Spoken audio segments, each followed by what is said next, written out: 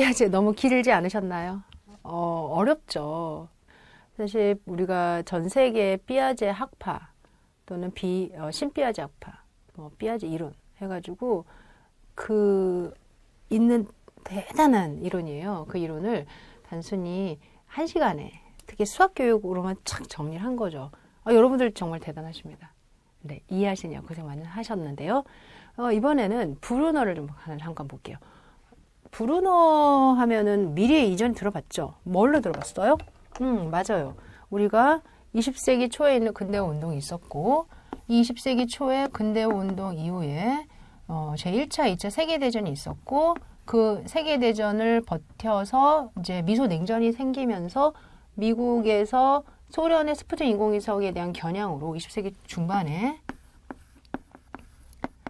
수학교육 현대운동, 새수학을 했단 말이죠. 뉴 매스. 그리고 이 뉴 매스를 할 때 대표자가 브루너로 우주홀에서 이제 학자들을 대상으로 많은 사람들이 모여서 수학교육에 대한 변화를 설명합니다. 이때 왜 새수학을 했는지 혹시 생각나세요?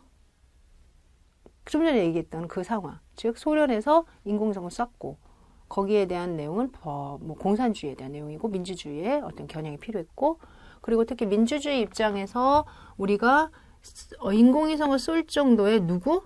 그렇지. 과학자, 수학자, 양성. 이걸 강조했겠죠. 그러면은 이 수학자를 양성을 하는데 다 큰 사람을 양성하는 것도 좋지만 교육을 통해서 일찍부터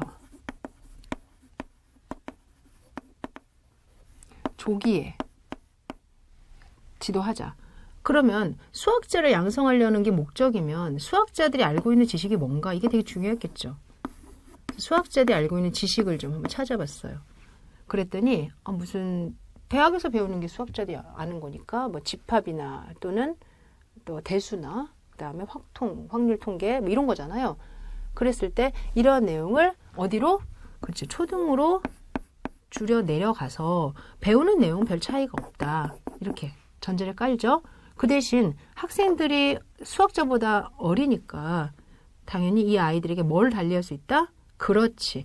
표현을 달리할 수 있다. 이렇게 이야기를 했어요. 그러면서 core 가운데 똑같은 내용을 두되 이렇게 해서 점점 들어가면서 어떻게 했다? 양쪽으로 팽창을 시키고 그 다음에 질적으로 심화를 시켜서 나선식 교육을 하면 어떨까? 그리고 표현을 달리할 때 처음에 E, I, S 이렇게 가는 거죠. 그래서 행동, 그 다음에 그림, 시각, 상징 EIS 표현으로 사용하면 어떨까 하고 그 다음에 수학자들이 수학을 할 때 자기가 가진 지식을 통해서 발견하기 때문에 아이들의 입장에서는 이 EIS 표현에 대한 발견학습 이렇게 이야기를 하게 된 겁니다. 따라서 20세기의 수학자 양성이라는 큰 대목을 이용하기 위한 방법으로 EIS 발견학습을 사용했다라고 보는 게 이제 이 심리학적인 차원에서 여러분들이 아셔야 될 내용이겠죠. 어디 보니까 우리 책자를 좀 봅시다. 295페이지, 6페이지 보니까 브루너는 지식의 구조라는 개념을 통해 그렇죠. 이 바로 이 코어. 제가 여기다 썼던 요게 바로 뭐다? 바로 그 지식에는 대학 지식이든 초등 지식이든 동일한 구조가 있다. 참고로 말합시다. 대학에서 우리가 현대대수 시간에 임의의 두 원수 어쩌고 저쩌고에 대해서 얘네들이 이렇게 되나 얘네들이 이렇게 되나 같다. 이런 걸 교환 방식 아벨리안이라고 한다. 이렇게 설명하지만 이것이 초등학교로 들어가면 자연수를 바꿀 때도 할 수 있다. 자연수를 곱할 때도 자리를 바꿀 수 있다. 이렇게 되는 거니까 이거를 따로따로 아는 것과 얘를 이렇게 구조로 아는 거 별 차이가 없는 거죠. 이건 둘 다 동일한 뭐가 있기 때문이다? 구조가 있기 때문이다라고 보는데 이러한 지식의 구조를 아는 것이 이 당시에 지식을 통으로 아는 거라고 볼 수 있었던 거예요. 따라서요, 지식의 구조라는 개념을 통해 수학교육 현대운동의 이론적 배경을 제공하였으며 이를 구현하기 위한 발견학습을 주장하였고 피아제 인지발달 이론의 기초에서 EIS 이론을 제안합니다. 따라서 지식의 구조, 발견학습, EIS 이론 세 가지를 좀 보자라고 되어 있어요. 지식의 구조는요, 다른 건 아니고요. 정의를 좀 봅시다. 지식의 구조란 각 학문의 기저를 이루고 있는 핵심적인 개념과 원리. 맞죠? 우리가 어떤 연산을 한다 그러면 그 연산의 기저에 들어있는 게 뭐예요? 다쳤다. 또는 교환, 또는 결합, 또는 항등원, 역원 이런 거잖아요. 그런 기저는 사실 바뀌지 않는다라는 거예요. 그랬을 때 원래 그런 구조를 대학에서 원래 학습을 하는데 아이들에게도 이 아이디어적인 구조만큼이라도 일찍부터 경험시키자. 그래서 수학자처럼 생각할 수 있도록 도와주자. 이런 부분이었던 거죠. 따라서 학교에서 지식의 구조를 지도하자는 것을 주장을 하게 됩니다. 이 구조라는 건 각 학문의 기저를 이루고 있는 핵심적인 개념과 원리, 즉 단순한 사실들이나 잡다한 현상에 대한 정보가 아니라 이러한 사실이나 현상을 서로 관련짓고 체계화하는 주요 개념이나 원리를 말하는 거죠. 핵심적인 개념과 원리를 말하는 거죠.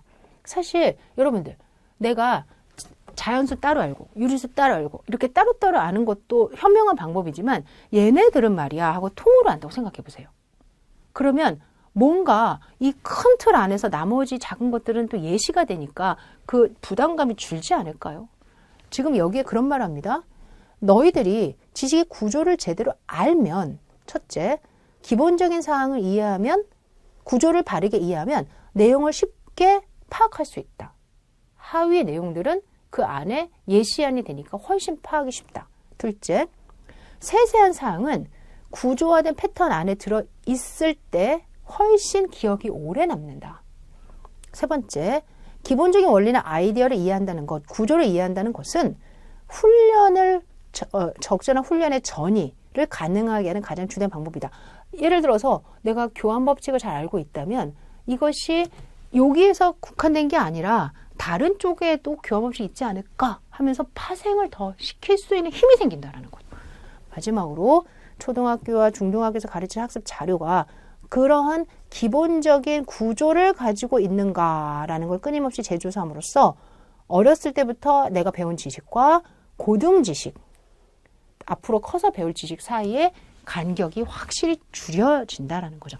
이런 네 가지의 지식의 구조를 학습하는 이점 때문에라도 이 당시 불어너는 지식의 구조를 강조해야 된다고 1960년대에 주장을 합니다.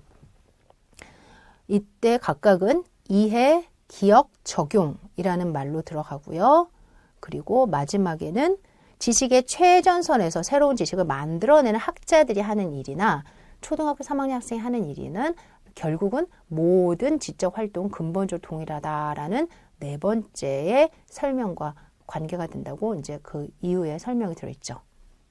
따라서 오른쪽 페이지로 넘어가서 위에 두 번째 줄, 지식의 구조를 가르친다는 것은 곧 지식을 가르치되 학생들로 하여금 그 지식 분야에 종사하고 있는 학자들이 하는 일과 본질상 동일한 일을 하도록 하는 것을 의미한다라는 거예요. 지금의 이 앞에 네 가지의 네 번째 거가 의미하는 바가 바로 오른쪽에 있는 그런 의미다라고 보시면 됩니다. 브루너는 이러한 주장을 왜 했을까요? 그러니까 수학자를 양성하자라는 것 때문에 했겠지만 이렇게 수학자를 양성해서 결국은 학생들에게 주고자 하는 게 무엇이었을까요?